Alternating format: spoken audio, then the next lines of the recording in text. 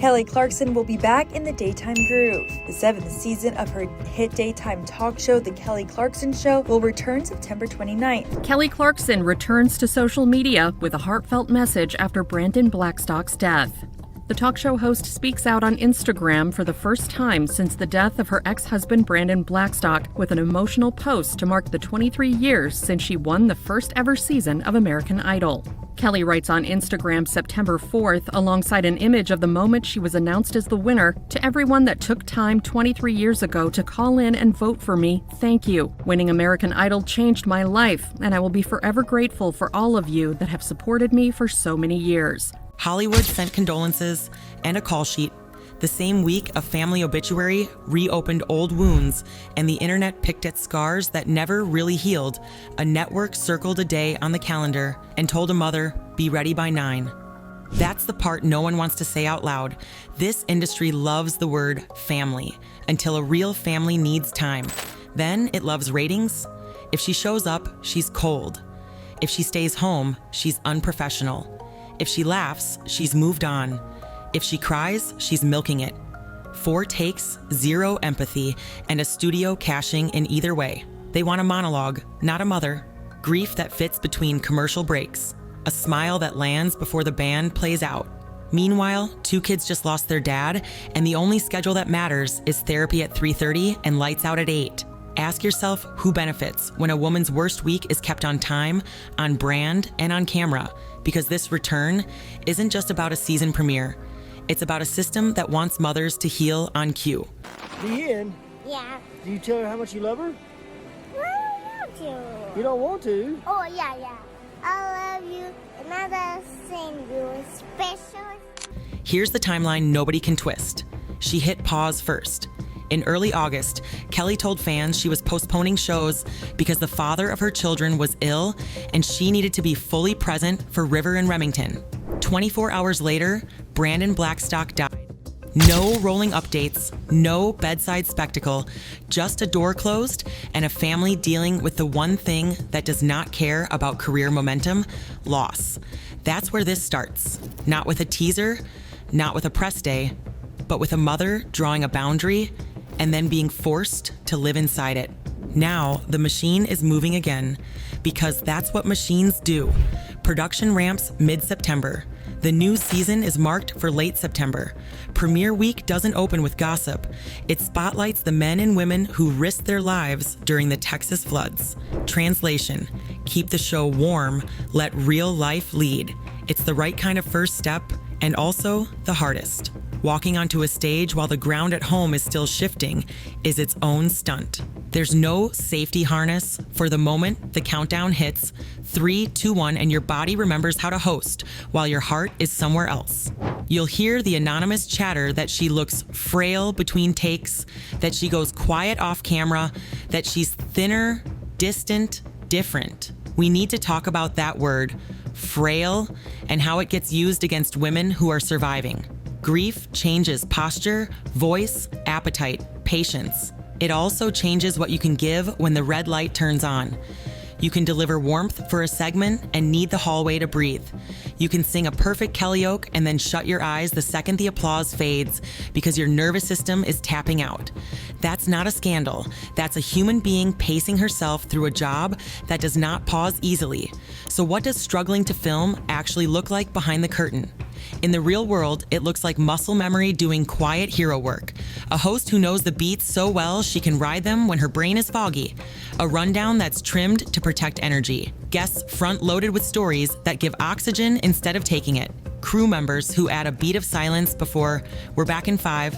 Smart shows make micro adjustments that the audience never notices. Shorter rehearsal blocks, built-in reset moments, green room time guarded like it's sacred. The rumor mill wants a mid-show breakdown. The reality is 100 tiny decisions that keep the hour humane. We are what we eat. So we have really great cattle at our property, and we also have a bunch of horses, obviously. Montana is such a beautiful state. It's my favorite one, like as far as aesthetically pleasing. And it's just, you know, we have a lot of acres to just kind of get lost on. So it's nice. It's just, you feel like we're always living in LA and doing so many jobs and working almost 7 days a week sometimes. And then we come here and there's like no one around. So It's really nice. He's kind of in heaven, I'm not gonna lie. The social distancing is really good for my husband. Born to be a cowboy.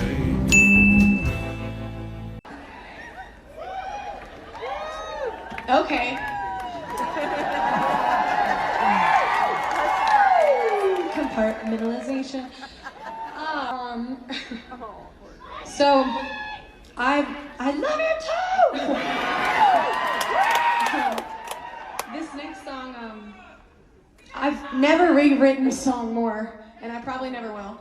I wrote this song with a lot of hope, okay, and projection for happiness and better than what was happening, and then well, life set in. And I had to change the lyrics. Everybody was like, wait, why aren't you singing this song? And I was like, have you heard the lyrics? It's fun. Embarrassing.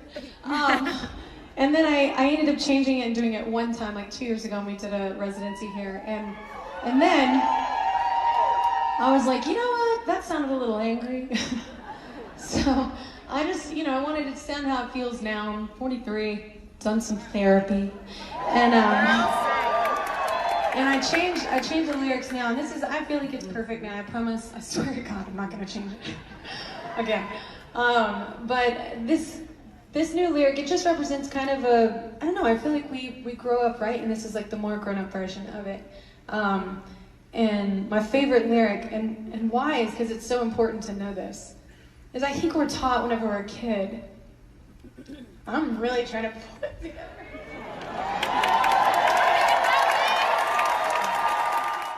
Why was Brandon Blackstock's first move after being diagnosed with cancer to divorce Kelly Clarkson? Meeting Brandon was Kelly's biggest misfortune.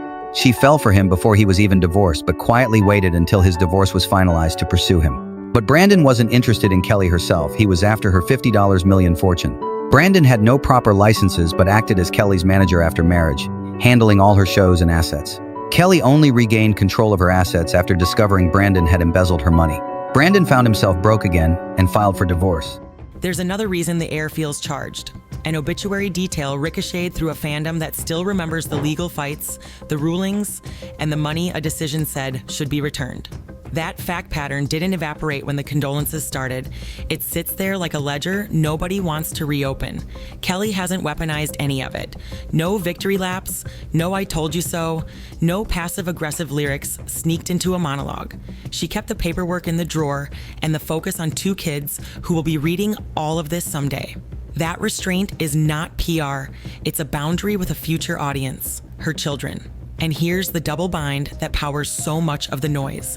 The public asks for authenticity, but punishes any version of it that isn't entertaining. Smile and you're heartless. Tear up and you're exploiting grief. Keep it tight and you're robotic. Let it crack and you're not ready. People claim they want honesty. What they actually want is performance that feels like honesty. Kelly's choice has been the rarer one: protect the kids, protect the process, and accept that strangers will misread the silence. Why come back at all? Because stability is a gift you can hand to children. Routine is a metronome, steady, simple, keeping time until hearts catch up. A talk show won't fix grief, but it can make a home feel normal again. Paychecks keep staff employed, schedules keep mornings predictable, predictability keeps anxiety from eating the edges of a day. None of that is TV magic, but all of it is real. Expect a premiere that feels like service, not spectacle. Stories that put the camera on other people's bravery, because it's easier to breathe when you're not the headline. Expect the show to be quieter in the corners, a little more careful about what it asks from its audience and from its host.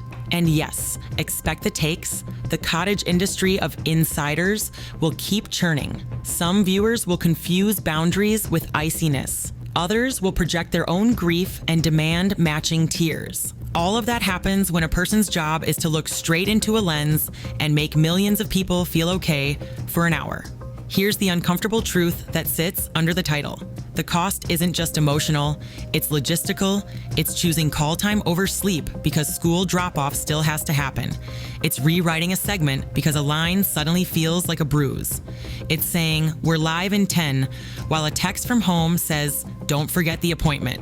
The culture trains us to measure the cost in ratings and headlines. Mothers measure it in minutes. How many you can string together without dropping the most important ones. People will ask for closure here. There won't be any that fits inside a thumbnail. What there will be is the long, unglamorous version of resilience. Days when she glows, and days when the studio lights are the only lights she can stand. Both kinds of days count as showing up. That's not weakness, that's stamina under pressure. That's values holding their shape when the machine wants a different story. If you came for outrage, you can find plenty online. If you came for the truth, it's simpler and harder. The show returns at the end of September, and the first week points the spotlight away from her and onto real heroes. Kelly Clarkson didn't turn her family's pain into programming. She made space for it, and then made a workday anyway. In a business addicted to the loudest version of everything, that might be the most controversial move of all, choosing her children first and refusing to convert that choice into content.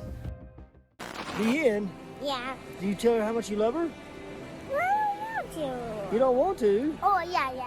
I love you, and I send you a special